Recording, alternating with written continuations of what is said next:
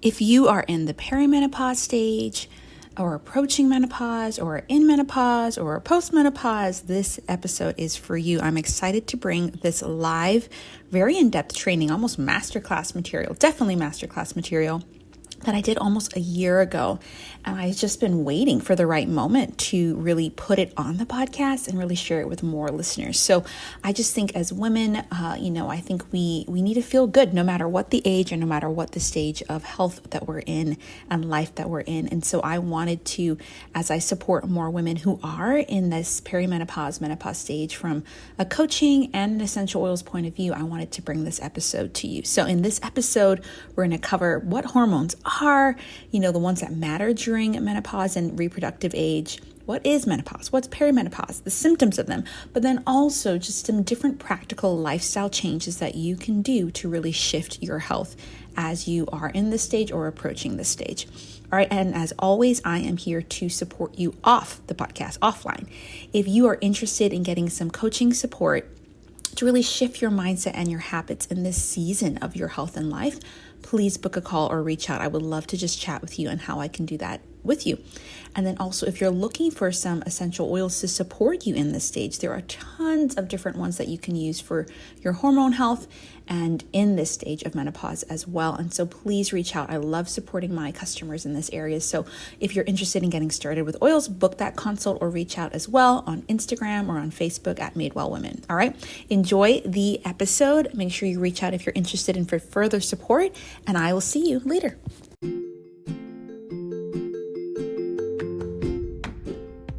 You're listening to the Madewell Women podcast, and I am Brianna Wilkerson, your host. For over half my life, I really had to pay attention to my relationship with food, with my body, and with myself. As a young girl, I just started to find my worth in my weight and my work. And I really started to define my beauty, my body, and my value in all of those things. And that led to a very not healthy way of eating, not healthy way of taking care of myself. But when I started to realize that my worth was not in my weight and that healthy living did not have to be so depriving, but it could actually be joyful, that's when I found freedom and breakthrough. And it has been my mission ever since to help women do the same. So Madewell Women is about helping other women find peace with food, create healthy habits, and use essential oils confidently. So you're going to find solo episodes, you're going to find guest interviews from time to time, and really you're just going to find a space where I can talk to you from heart to heart, woman to woman, to really support you in creating your version of food freedom, finding healthy habits that support you in your life, and using essential oils to support you along the way. And as I mentioned, I'm an essential oils lover and I'm an advocate with doTERRA, and I really want to help more and more women and homes use essential oils for your health and for women's health, their family, and their homes. So I'm so glad you're here and so glad to support you. Before you go and listen to the episode, I want you to do a couple things. One, make sure you join the Madewell Women's Health community. This is a space where you can unpack these episodes and get support on your journey, as well as follow me on Instagram because I share all about behind the scenes of my own life there as well. All right, enjoy the episode, and I can't wait to get to know you more and support you. All right, again, welcome to How to Feel Good in Menopause. My name is Brianna Wilkerson. I am a holistic health coach supporting women in finding peace with food, feeling confident in their bodies again, and developing a healthy lifestyle and habits that's more than just about their weight. And so I really love supporting women in all ages and walks of life, but primarily a lot of my clients actually tend to be in the perimenopause, menopause phase. And so I really wanted to have this conversation because I think it's a conversation that not only things that I speak with clients, but also that you could benefit from, or someone you know in your life. All right. So this part of a woman's life, perimenopause, menopause, is actually a dreaded part of our lives, because we hear about hot flashes, night sweats, we hear about weight issues, we hear about low energy, brain fog, all of these different menopausal symptoms. But it does not have to be that way. I mean, not to say you won't have those, but there are things you can do from now, but also in that season to really care for your body. And often, honestly, it's the simple habits that you probably know that you should do. It's just that maybe things change and you're busy, or you want, whatever happens. And so we're going to talk about that today. We're going to talk about how you can feel good in menopause or someone you know. So if you're listening to this or watching this and this is where you're at, I'm so happy you're here. But if there is a friend, a mom, a grandma, whatever, someone in your life that you know has been really struggling or is about to enter this season, I would definitely say share this resource with them. And maybe it can be an encouragement to them. And I will say this, I am onboarding one-on-one clients this summer and have a few spots available. And so if this is something that you're like, I know that I need support in my health during this season of my life, or again, someone else in your life, I would just say you or them book a clarity call. This coaching clarity call is just where you can share what's going on with your health, where you want to go, where you're at, and I can share how I can help you get there as a health coach in my programs. Okay, so go to madewealth345.com/clarity and book a call. And even if you're listening or watching to this post summer, still book a call. I'm always open for calls. It's just sometimes there's less capacity for it. Okay. So let's just dive on in. I'm going to kind of give you a brief outline of what we're going to go over today. So today we are going to cover hormones that matter during the menopause and perimenopause phase. And they're not just your reproductive hormones. There are other ones that are very important as well. We're going to talk about what is menopause and perimenopause, some of the main symptoms that we feel, and I'll go into a little bit more depth on a couple of them. And then we're going to talk about how our health risk can change after menopause, but then we're also going to give you just eight really practical, natural food and lifestyle health coaching tips to ease your transition into and through menopause. Okay, and so again, dive on in, buckle in if you want to write some notes, if you want to pause this or whatever. And just again, if you're watching this live, use the comments to kind of process as you're going through this. I think this is going to be really beneficial for a lot of women. All right, so let's just talk about hormones one-on-one before we get into anything. So most women know hormones to be estrogen, progesterone, or really the hormones or reproductive ones that are tied to that time of month. I'm going to let you know there's 50 plus hormones in your body, and your endocrine system is a collection of glands that produces those things called hormones to regulate so much more than your menstrual cycle. Helps regulate your metabolism, your growth and development, your tissue function, your sexual function and health, reproduction, sleep, mood, and among other things. These hormones act as chemical messengers that are literally like a telephone line, right? Like it's like, okay, hello, I'm gonna send you, a hormone is released from different parts of your body. And there's kind of like a lock and key thing. So it's released somewhere in that little telephone line. And then it's supposed to lock somewhere else in your body. But when there are disruptors, what we call endocrine disruptors, when there's an imbalance in your hormones, it's not locking the way it should. And so your body cannot communicate with itself. And that's why we say messenger. Hormones are a communication tool. That if there is an imbalance or something is going on, it cannot communicate. They're ideally supposed to act like a symphony. You know, people that play a beautiful orchestra or symphony, they're communicating with each other. They know when this person plays, when this person comes in, and all that stuff. And they have to be in tune with each other, just the way, like, honestly, you can tell when something's not in tune, right? You can be like, screech, that's flat, or that's sharp, and it's the same thing. Honestly, you probably know when you're not feeling your best, right? You might not know it's a hormone imbalance, but you know when something's not balanced, right, in your body. Because guess what? Your hormones affect every tissue and organ in your body. They impact your gut function again. Remember, they impact your muscle and growth recovery, your bone health, and your brain function. So when they are out of whack, your body is imbalanced. Now, there are different parts of your endocrine system. I'm just going to cover a few, not going to go into details too much. But your pituitary gland is really only the size of a little pea, but is your master gland when it comes to your hormones. It controls your growth, development, but also governs functions in the other endocrine glands. Your hypothalamus is a part of your brain that links to your nervous system, and then, of course, into your endocrine system. It's located above the pituitary gland and works with it closely. It primarily monitors things such as thirst, fatigue, and body temperature. Your pineal gland is located in the brain as well, and this gland releases melatonin, when your light levels decrease. Your sleepy hormone, right? And helps you to regulate your sleep. And of course, because of that, has a really close relationship with your hypothalamus. Your thyroid gland is known as the little butterfly gland. It's located in the front of your neck and is in charge of so many functions. It's in charge of energy production, metabolism, growth, body maturity, calcium, and so much more. And it works together with your some other glands in your endocrine system to monitor your thyroid stimulating hormone, which is your TSH. I'm not even going to try to pronounce the other ones. I'm going to say T3, T4, and reverse T3. And then you have your parathyroid glands. The 4 tiny glands are attached to the thyroid and help regulate things like your calcium levels in your blood and your bones. They release a hormone that acts on the kidneys, small intestines, and bones to increase those blood calcium levels. Your thymus is located below your thyroid, above your heart, and it secretes hormones that are in charge of stimulating the production of pathogen-fighting T cells to boost your immunity. What's interesting is that this gland is more active in babies and adolescents and shrinks as you grow up into adulthood. Your adrenal glands, located on the top of your kidneys, these glands produce hormones that govern your sympathetic nervous system, that fight or flight response. So that what we would consider stress to our body and our minds. It regulates ones like cortisol. I can never say this one. I'm not even going to try. It starts with an E. Epinephrine. That's not right. They also help regulate blood pressure, metabolism, and secrete a small amount of testosterone. Your pancreas, in addition to producing digestive enzymes, your pancreas helps produce insulin and glucagon. These are the hormones that monitor and control your blood glucose levels and your energy levels. Very, very important.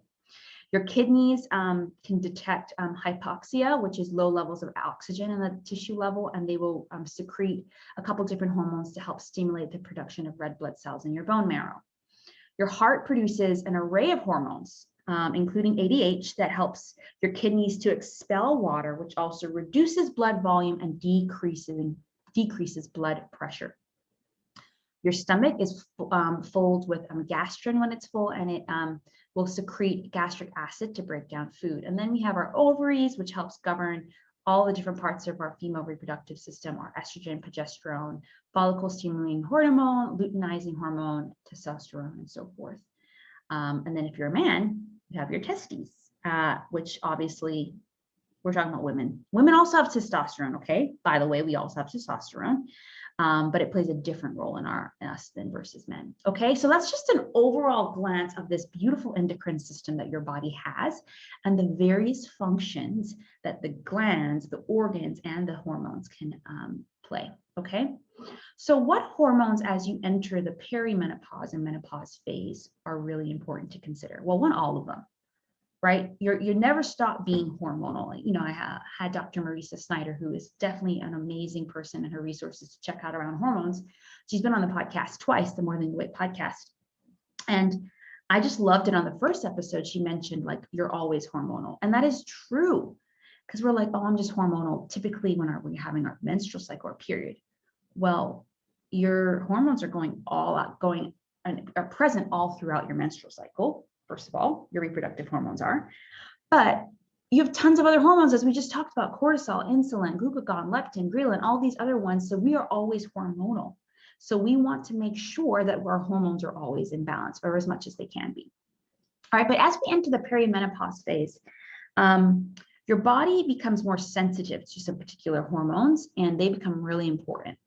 And obviously, estrogen decreases, and so does progesterone, decreases as you enter the perimenopause menopause phase, because you're less fertile, your ovaries don't produce them as much.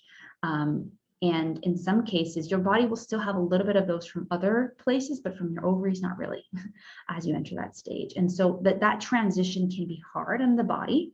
But if you're doing some of these healthy habits and lifestyle and food changes, it can reduce the impact of that, okay? So let's talk about estrogen a little bit. So estrogen is known as the hormone of femininity. It is responsible for a lot of the things that we as women have. It's produced in our ovaries, our adrenal, our fat cells, and our brain. So right there is important. Even though your ovaries might stop producing estrogen or really decrease, you still have it in other parts, but just not as much, okay? But when it's produced in your ovaries, it's what it is building up your uterine lining in preparation for ovulation when your little egg is released to be fertilized, and so your egg can find a home. But it's also responsible for some other things. Sturdy and firm bones, which is why, hey, while we get older, we need to be particularly doing more strength training because our bones get a little bit more brittle because we also have a little less estrogen. It's why us ladies have curves, full lips, plump skin, healthy hair. It keeps our mucous membranes healthy and our pelvic muscles healthy. Can keep our brain firing and our heart in shape, and can regulate cholesterol on the urinary tract. Imbalances come from a variety of things, right? So obviously, as we approach the perimenopause menopause phase, there's going to be like volatile levels because of different things, but also there are things that we are doing in our life that can contribute it to. So environmental toxins, and that's why I talk a lot about reducing toxic load, because they have a lot of environmental toxins, but a lot of cosmetic ones, in particular personal care toxins, have toxins that mimic your estrogen and your endocrine system. So they're endocrine disruptors and estrogen mimickers. And so your body's not able, they're thinking it has it, but it doesn't really. Poor detoxification, if your body is not detoxifying itself the way it should, your liver, your kidneys, your skin, your gut, are also 4 main detoxifying pathways. Aging, of course, giving birth. So there's many reasons, and like lifestyle, ages, seasons that can contribute to it. And so what we want to consider is, as we enter certain seasons like perimenopause and menopause, what can we be doing lifestyle-wise to make this process easier? Okay. Let's see. So too much estrogen. So your body may have too much of certain hormones or too little. Too much estrogen can be categorized by or characterized by experience a lot of breast tenderness, weight gain, heavy periods, headaches, mood swings, fibroids, cysts on your ovaries, and breast tenderness again. Too little can be contribute to the night sweats, insomnia, depression, vaginal dryness, and incontinence. And so obviously that, which both of those, a lot of those are symptoms that you may be feeling during menopause because of that fluctuation. Progesterone is your keep calm and carry on hormone. It has the ability to soothe the nervous system. It is also very important post-ovulation to preparing the endometrium, your endo area, the lining of the uterus, to prepare for potential pregnancy. It has other roles in the body. It supports breast, cardiovascular, and nervous system health, helps maintain healthy brain function and mood regulation, plays a role in easing anxiety, facilitating memory, promoting healthy sleep and relaxation. So there you go. Progesterone has a lot to do with some of the symptoms you feel. So like, some of the symptoms, we'll talk about this a little bit later, but brain fog and, mood and anxiety swings. It's understandable that you feel those because progesterone is decreasing as you enter into that menopause phase. And too little progesterone in general, not just as you enter the perimenopause, menopause phase, can be linked to things like anxiety, insomnia, uncontrollable crying, irregular or shorter menstrual cycles, infertility, and so forth, right? So again, these are two very to consider at any point in your life as a woman, but also as we go into that perimenopause, menopause phase. Testosterone, again, is not just a male hormone. Women have this vital hormone, though in smaller amounts. It's great. It's very important for our mood, libido, energy, accumulation of body fat, hair, muscle strength, bone health, as well as mental acuity. It's produced in small amounts in females and actually may drop dramatically during your monthly cycle. Imbalances can be caused by other hormone imbalances, conditions like PCOS. Too much testosterone can be indicated by polycystic ovary syndrome, PCOS, oily skin, acne, unwanted hair, increased muscle mass, decreased breast size. Too little can be characterized or categorized, whichever one, by losing muscle mass, less libido, feeling less motivated, feeling depressed, or crying all the time. All right, so we talked about estrogen, progesterone, and testosterone. Now, cortisol. Cortisol is your body's main stress hormone, and you actually need this. Cortisol is very high in the morning because it helps you feel alert, helps you be alert for the day. It's released by your adrenal glands at any sign of stress, physical, emotional, or mental. It's like your alpha hormone. You need it for survival. It's very high again when you wake up, helps you keep you alert throughout the day, but it should decrease towards night, and melatonin should increase. But the opposite is happening for us, right? Because I struggle with this, is that at night I finally have a moment to breathe, and so therefore I'm thinking about everything, right? Cortisol also mobilizes energy for storage sites in the body for immediate use, reduces inflammation and allergies, prevents the loss of sodium in the urine to help maintain blood volume and blood pressure, helps maintain mood and stability levels, mood and emotional stability. If you're too stressed or you're burnt out, you might have too much cortisol. You might have that wide and tired feeling where your brain is very active, but your body's exhausted. Too little cortisol can lead to like an imbalance in what we call your HPA axis, your hypothalamus, pituitary, and adrenal axis. They all connect together, which can leave you completely exhausted with a weakened immune system. Okay, so far we talked about cortisol, testosterone, progesterone, and estrogen, and let's talk about thyroid. So the thyroid gland is produces mainly, it converts it all into T3 and T4. T3 is the active form. The body does a little to make T3 on its own, but 80% of the active thyroid hormones is converted from T4 to T3. Either way, T3 is a major role in regulating the body's metabolism, heart function, digestion, muscle control, brain development, and bone maintenance. In other words, it helps you feel and stay slender, prevents brain fog, and keeps you happy. Imbalances can be caused by heavy metals, infections, inflammation, autoimmune conditions, stress, nutrient deficiencies, medications, and fluoride, which can lead to weight loss or weight gain, heat or cold intolerance, anxiety or depression, racing or slowing heart, memory loss, insomnia, hair loss, menstrual irregularities, loose stools, or constipation. All right, so your thyroid hormone is very important, yet imbalances caused by those things that I mentioned can lead to some of the symptoms you may be feeling now. Next is insulin. Insulin is your building or storage hormone. It's produced in the pancreas in response to energy. Whenever you eat proteins, fats, or carbs, but particularly carbs, they break down into sugar in your body, and your body's saying you can't have that sugar in your blood, so let's store it. Stores it in your muscle or your liver. But the issue is that only has a certain amount of capacity. When you're eating more insulin than your body is then using or releasing, it gets stored as fat. From that point on, like typically, if you're not careful, if you consistently are taking in more insulin and energy than you're using, your body could eventually become insulin resistant.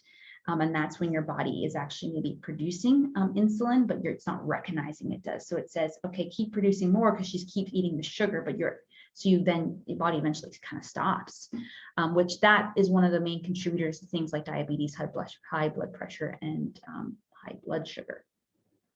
All right, so we just talked about 6, and again, there's so many hormones that are important. But I think as we enter the perimenopause, menopause phase, or again, even if you're in the fertile phase, these hormones are very important for your overall health, well-being,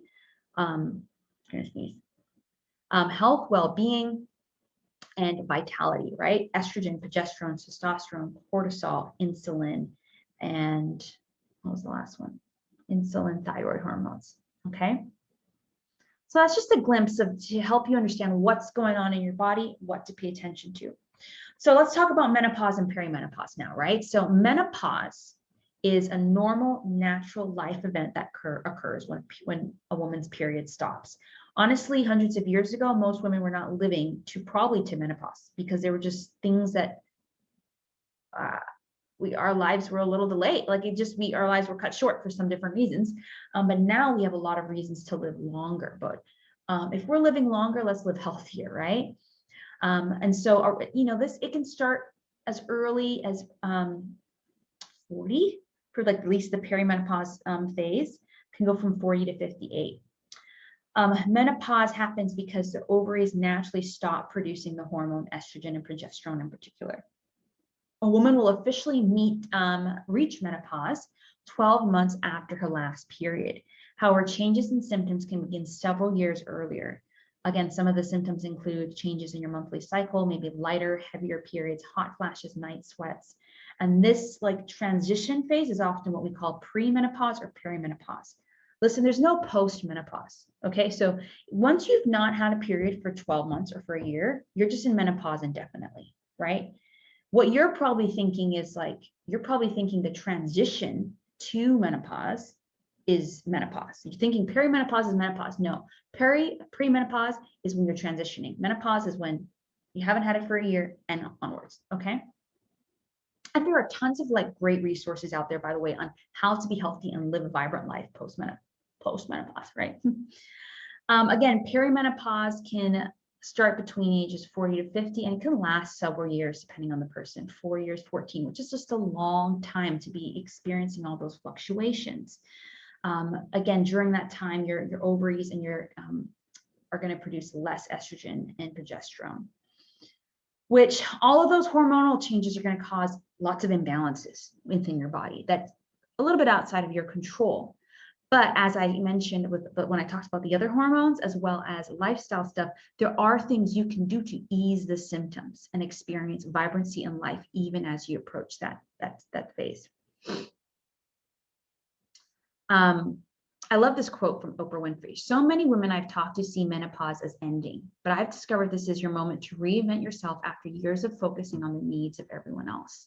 It's your opportunity to get clear about what matters to you and then pursue that with all of your energy, time, and talent. And Dr. Christine Northrup, she talks a lot about this too, just like how like menopause is like the second half of your life. And it's a time for really like, for you to like take care. I mean, I'm not saying you should be taking care of yourself, right? But it's a different season. It brings a different season. Most likely, if you're married with kids, your kids are older, they're out the door. And you're just finally to this place where you're like, I am ready to take care of me. And that, honestly, that's why I'm telling you, a lot of my clients are in the perimenopause phase.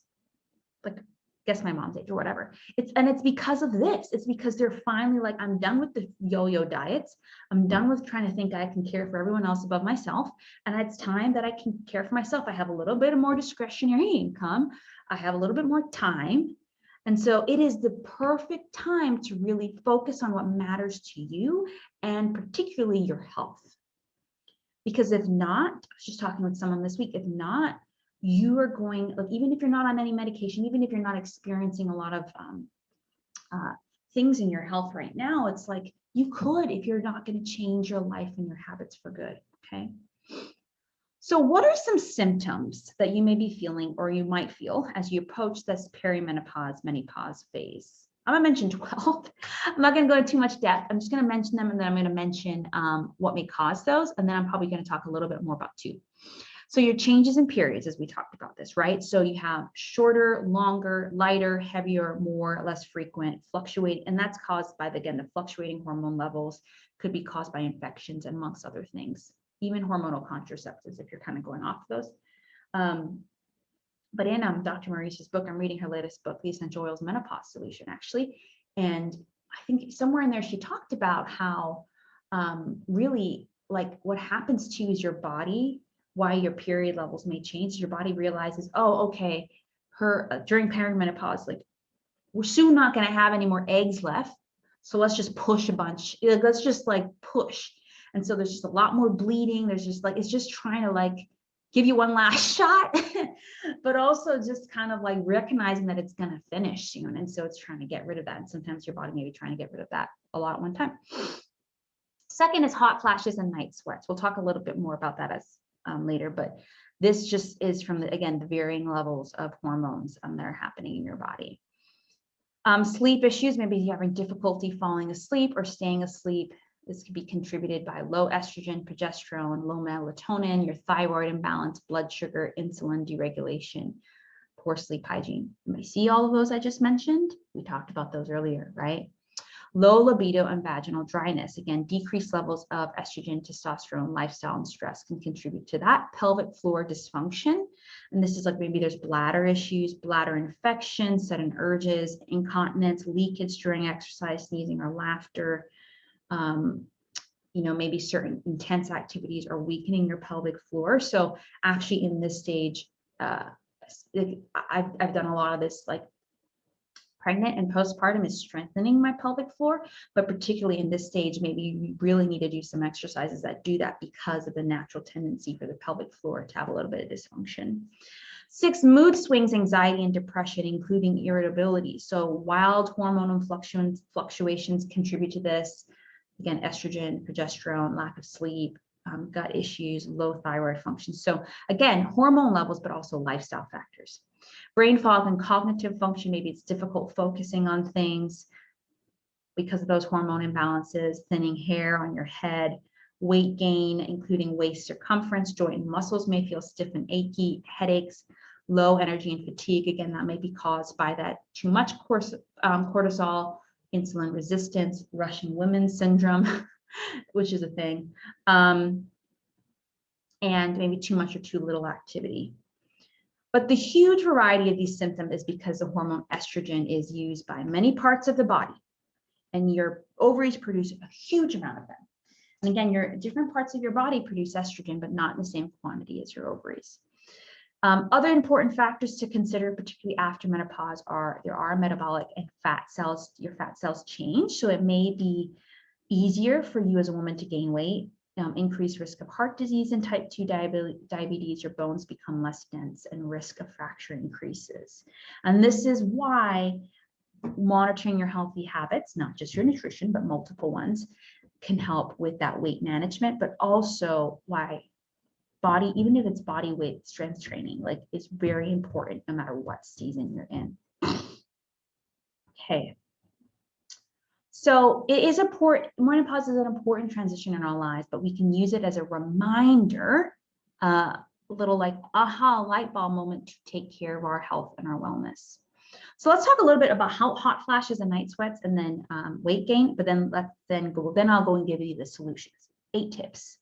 Okay. So hot flashes and night sweats. Here's a quote. When I asked for a smoking hot body, menopause was not quite what I had in mind. So hot flashes are a common part of menopause. It involves a sudden internal heat wave, which often includes sweating, flushing of the skin, and increased heart rate. This is because of hormonal changes.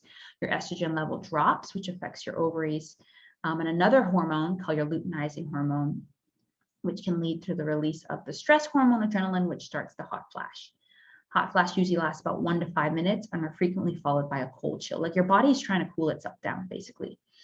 A nighttime hot flash is called the night sweat. They can interfere with sleep, and this lack of enough quality sleep, which is then contributes to the rest of the stuff, right? Mood swings and all that. But hot flashes can also be worsened by some foods and drinks like coffee, spicy food, sugar, and even large meals, which is then the importance of that whole food diet that I talk about, right? Which those things can then contribute to just weight gain, stress smoking, stress or smoking, intense exercise, all those sort of things. Like, so it's all like connected. You cannot just address one thing. You start with one thing, but it's just knowing just starting with one thing will contribute to the other things as well. Menopausal weight gain is common for women as they enter the perimenopause phase. Again, linked to these hormonal changes. And you might see an increase around your belly fat, abdominal. And that's mainly because your hormone changes shift the weight distribution in your body. Another is your muscle mass decreases with age. So you're more likely when you gain weight for it to be fat if you're not doing those weight-bearing exercises. And menopausal weight gain can increase your risk of severe chronic diseases such as heart disease, type 2 diabetes, breathing problems, and so forth. Okay, even cancers of the breast, colon, or endometrium. So it isn't inevitable, though. There are things such as healthy eating, lifestyle habits that can fight those. And let's get into those. Okay, so I mean, we've talked about a lot of things so far, right? We've talked about, what are hormones and the role they play in our body and the endocrine system. We talked about the ones that are important during perimenopause, menopause phase. We talked about what is menopause and perimenopause. We talked about some symptoms. And then now let's get into some of the solutions that may feel like this is so simple. But all the work, trust me, all the research I've done on hormones, all the experts I've interviewed, And all the stuff I've learned on anything when it comes to the body, it is those consistent healthy habits that just maybe need to be tweaked a little bit or something needs to be altered. But when you do those consistently, you have a healthy, vibrant life. I promise you. But sometimes for different reasons, it's hard to get going again, or we feel like we have the all or nothing mentality, or we're just frustrated because we were once very consistent, now we're not. Like, put all of those aside and get the support you need to really make this something you do consistently. All right, so here are 8 tips. First, speaking of, I'm going to drink a sip of water. Hydrate. When you drink enough water, you're replenishing the fluid loss, particularly with hot flashes, night sweats, and exercise. Drinking a glass of water before a meal can also reduce how much you eat. But also just drinking the water helps your body system work the way it should with proper hydration. A couple tips of this can literally be sneak in a glass or two first thing in the morning when you wake up, have a glass, or have a glass at your nightstand so it's easy to grab right first thing in the morning. Or for me, because I wake up quite a bit with my daughter, I have water there all the time to drink. If you don't like plain water, make it spicy. I mean, add some fresh fruits, add some essential oils, add some frozen berries. You can even try herbal tea. Carry a large bottle with you all day. I have a bottle somewhere around here that I carry and I try to refill constantly. And again, if night sweats or something, having that cool water. So just make it simple and easy to drink water. And that often is, you need a visual cue. Okay, so let me know, is hydration something you want to work on which one of those tips or something else that you have maybe heard of that you want to implement. Okay. Tip number 2, eat more whole plant foods. Now, I'm not saying you need to not eat meat. I eat meat, but I just know that having more plant-based foods is associated with fewer hot flashes because plants are full of nutrients and fiber, which most of us don't get enough of. So just try to eat a rainbow of different colors of fruits and vegetables daily. Fiber, again, also helps fill you up, helps you feel longer. It stabilizes your blood sugar, reduces cravings, which is important during the menopause phase, right? And also it adds to your happy gut health. Our gut health is so important, okay? So caring for our gut health in that way through some fiber. Eat some veggies, fruit, beans, nuts, seeds at every meal and snack. Calcium is also important to try to include in our diet, right? So you can get those from a lot of whole food sources, not just milk. So sesame and chia seeds are really great source of omega-3s and healthy fats, but also calcium. Almonds, Brazil nuts, and hazelnuts, white kidney, northern or black beans, leafy greens like collards, mustard greens, spinach, and kale, vegetables, and even seaweed. I'm not eating seaweed, but you can try it. But just know flax in particular, we'll talk about flax, has been shown to help reduce both hot flashes and even the risk of breast cancer because it contains a hormone balancing compound called lignan. I think that's how you say it. It's also a source of fiber, protein, and omega-3. So adding 1 to 2 tablespoons in a smoothie or baking or your oatmeal daily can really help. Okay. So 1, hydrate. 2, eat more plant-based foods. 3, eat high quality protein. So protein helps to slightly increase your metabolism and give your muscles the amino acids they need to stay strong. It also helps you feel fuller longer, which is great if hunger and weight gain is a concern, and helps reduce bone loss that can happen very fast during this time. Foods with high quality protein include meat and poultry. I was going to say pastry, not the same thing. Fish and shellfish, eggs, beans, and lentils, nuts, and seed. Particularly for the animals, you aim for organic, wild, and pasture raised. Okay. So then number 4, enjoy within limits. And I love this one because I'm all about that food freedom. It's not to say you can't have that cookie, you can't have that glass of wine, but we want to just make sure our calories and our nutrition is primarily coming not from empty calories, but that every calorie that we have has the most nutrition possible, because it's going to help with that weight gain. It's going to help with those hormone balancing stuff, right? So you just want to reduce how much of those things that you're having and drink more water, eat more nutrition. So caffeine's one of those. Like, we don't need as much caffeine as we think we do. Processed food, anything with added salt or sugar, alcohol. And I love helping clients do this either like as a reset, removing all of these at one time, or doing one at a time, whichever is easier for them. And if you are concerned about hot flashes, removing spicy foods in particular, right? And then number 5, Move, exercise. It is a powerful tool for all stages of our life of health and wellness, but particularly the menopause stage. Some of the benefits of regular exercise include staving off that excess weight gain by burning calories and increasing fat burning muscle mass, a healthy weight, which again differs depending on your body and who you are and all that. Well, healthy weight then will reduce the risk of heart disease and type 2 diabetes, will reduce the risk of cancer, strengthen your bones by slowing bone loss and reducing risk of fractures, brain and mind mood boosting. Adults who are physically active have lower risk of mood issues and cognitive decline. It can improve your sleep. Exercise in the day helps you sleep better at night. Stress relief, improved quality of life. My goodness, let's move. And I love and adore, it's one of my greatest honors and privileges in life to help clients move more. And how I move might be different than how they move, but I know a lot about exercise. I've taken some certification here too, and I've been doing it for a lot of years. And I just love to help clients create a consistent variety and routine in their life. And, you know, we could say have a balance of cardio, strength training, and flexibility. Yes.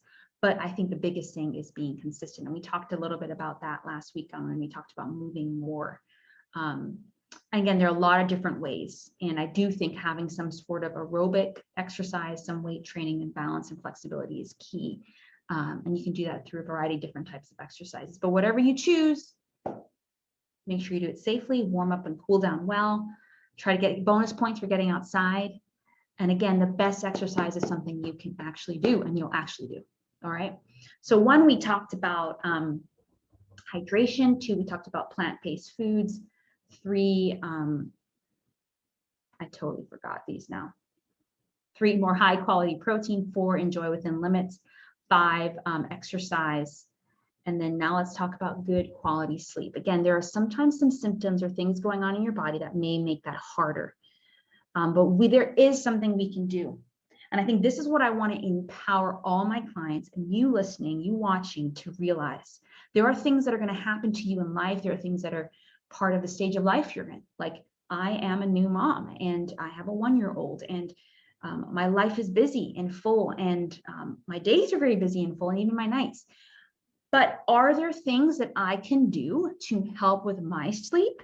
Yes, there are absolutely things I can do. And I've learned that after being in quarantine with her too, right? And we're going to talk about sleep next week here for next week's Facebook Live. I'm going to talk about 3 ways I went from sleep deprivation to well-rested. That's good. Who doesn't want to feel well-rested? So there are things that you can do. And it's very important because guess what? Sleep does help with weight management. It also helps with memory, mood, and concentration, and so much more. Obviously, how much you sleep will depend on who you are, but I think a good rule of thumb is 7. But in order, I think creating a good sleep routine is key here. And you could either try going to sleep at the same time every night, cutting off all access to technology 1 hour before bedtime, reading with a low light, dimming your lights after a certain time so your body can produce melatonin, listening to soothing music. If night sweats are concerned, lowering the thermostat at night. And so there's many different things you can alter to your sleep routine. I think it's just picking one, going from there. So if sleep is something you want to work on, let me know. And again, if you're watching this and you're not even in the perimenopause phase, all of this is still applicable, right? But these in particular can really help in that phase. All right, number 7, relieve and reduce stress. If you want to feel good in menopause, you need to stress less because that cortisol, that adrenaline, all of those hormones are going to mess with your insulin. They're going to mess with your melatonin. They're going to mess with other hormones, and they're really going to contribute to those symptoms that we were talking about. So we can try some deep breathing when we're feeling overwhelmed and really getting that lower body, lower stomach, deep breath, meditation, gentle exercise that releases stress, repetitive movement like coloring, knitting, crocheting, spending time with people and even pets you love, like whatever helps you relieve stress. And you probably know what it is. You're just not giving yourself permission enough to do it.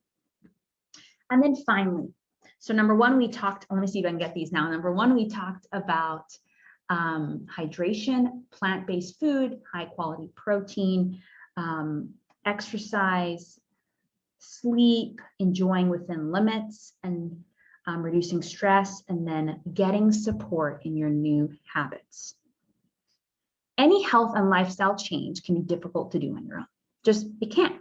Sometimes having support from a family member, friend, or health coach can make all the difference in the world. Try teaming up with somebody who knows what they're doing, but also maybe be on the same journey, but also can really help customize that journey for you where you're at. Ideally, to reach your health goals, you're making slow, simple, permanent lifestyle changes filled with a lot of healthy habits, because if you can commit to it for the long term, you're going to have a healthier and longer life. Okay. And I would love to support you in that. So definitely, I'll talk about that at the end. I just want to mention one more thing. Supplements is also something that can help you, like natural supplements. I definitely recommend checking out Dr. Marisa Snyder or even Dr. Axe, because they have a lot of stuff around some supplements that can help you. You know, ashwagandha, there's some other great ones, maca, even matcha.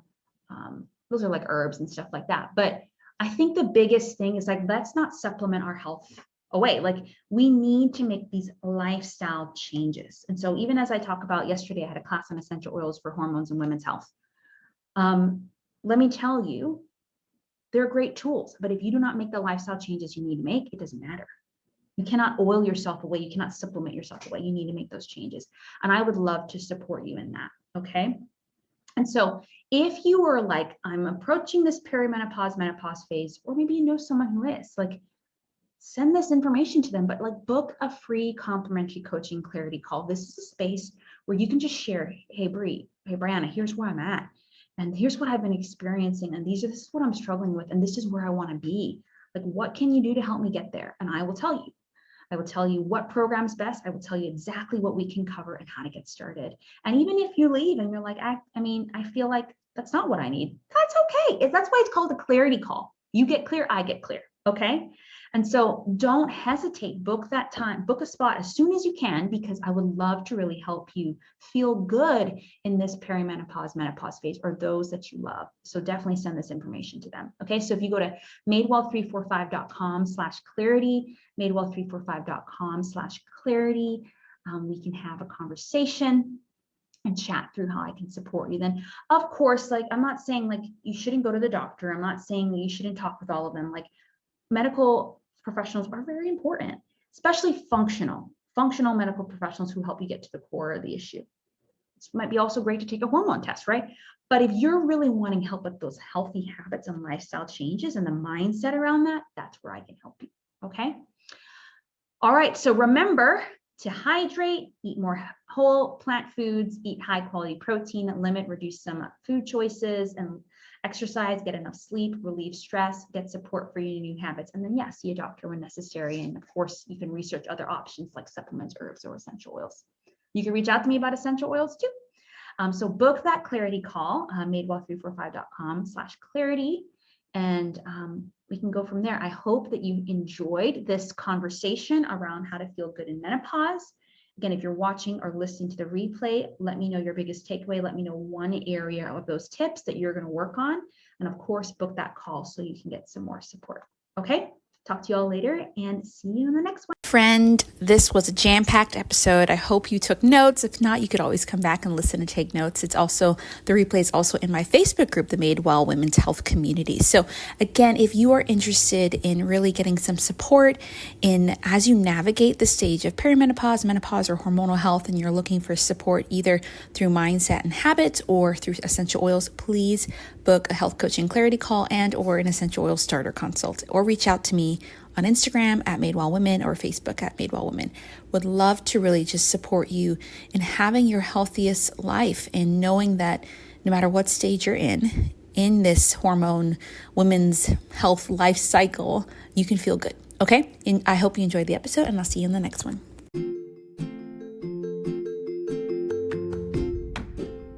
That's it. I hope you enjoyed this episode of the Madewell Women podcast and enjoyed whether it was me and a solo episode or my guest thoughts on really how to help you live a healthy life and to be made well. But before you go, I want to make sure you know you're not alone. These podcasts are meant to be inspirational. They're meant to support you as you're going about your daily life. But where I have found the most transformation is one-on-one support, but also community. So make sure you join the Madewell Women Made Well Women's Health community, where you can process this podcast and get support in whatever aspect of a Made Well journey you're on. And also make sure you follow me on Instagram, because there you're going to also be able to see behind the scenes and just how I live my own Made Well woman life. All right.